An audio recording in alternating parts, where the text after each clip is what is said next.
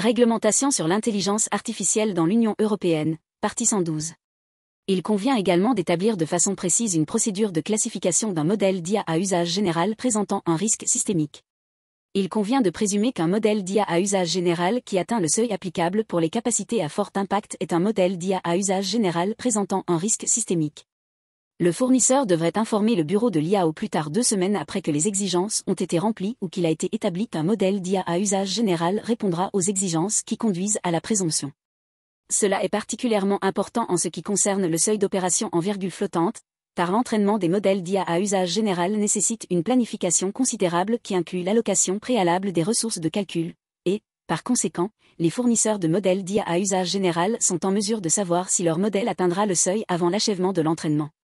Dans le cadre de cette information, le fournisseur devrait pouvoir démontrer que, en raison de ses caractéristiques spécifiques, un modèle d'IA à usage général ne présente pas, exceptionnellement, de risques systémiques et qu'il ne devrait donc pas être classé comme modèle d'IA à usage général présentant des risques systémiques.